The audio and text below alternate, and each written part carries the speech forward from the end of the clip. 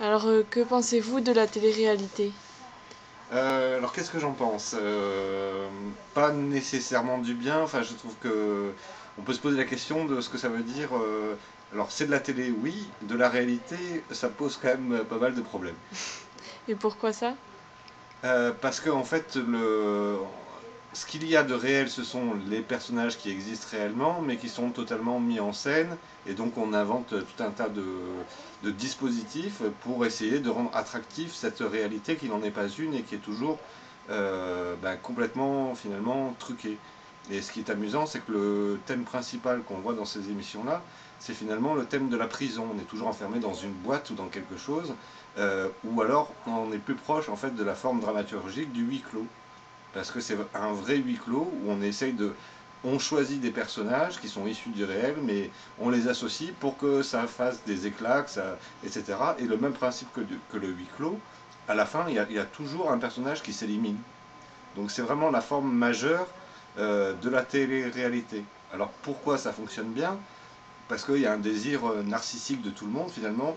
C'est n'importe qui peut devenir une star, et donc il y a une espèce de principe de pas d'empathie, mais on se voit à la place de cette personne-là. Donc le principe de l'identification du public est relativement facile.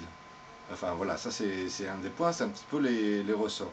Alors le problème ou le danger qu'on peut voir, c'est que par rapport au fait que ça soit de la télé-réalité, c'est que justement on ne voit plus la réalité telle qu'elle est en règle générale. On n'est pas du tout dans la forme du documentaire. Et ce qu'on voit, c'est que la télévision, eh ben, elle fait une place énorme de plus en plus à la télé-réalité qui va en tous les cas télé-réaliser tout. N'importe quelle émission devient une télé-réalité. Un radio-crochet devient une télé-réalité.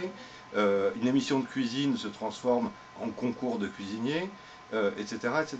Et on voit ça de manière un petit peu permanente, et c'est un peu, ça pose des questions sur effectivement la place de documentaire, de la place de films qui traiteraient réellement du réel.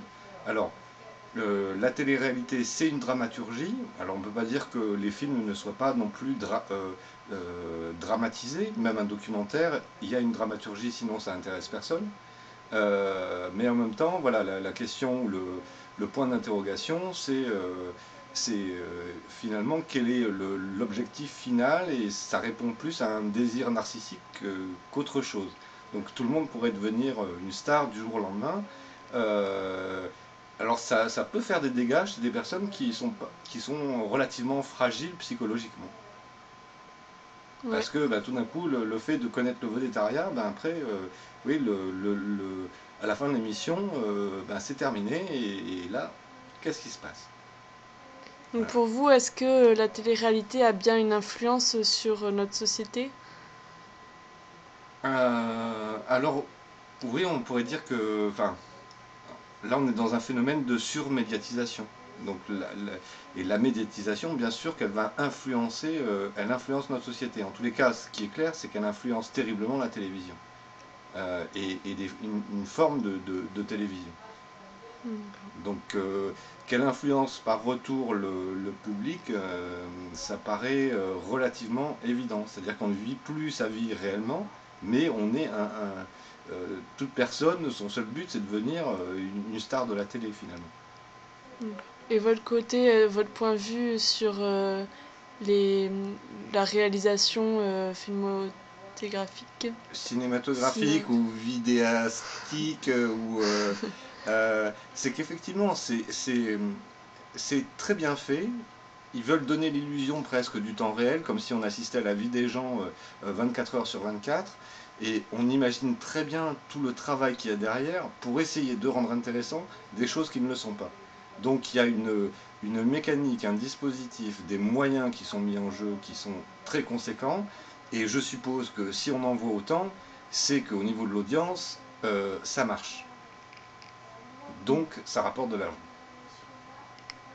Donc en fait, les plus gros bénéficiaires sont les producteurs de télé, pas les personnages qui sont dedans. Ouais. Alors après, je ne sais pas s'il y a d'autres. Oui, après en conclusion, je dirais que bah oui, la télé-réalité c'est tout sauf de la réalité, mais que c'est de la télé, et que surtout tout le monde déteste, mais tout le monde regarde. Parfait.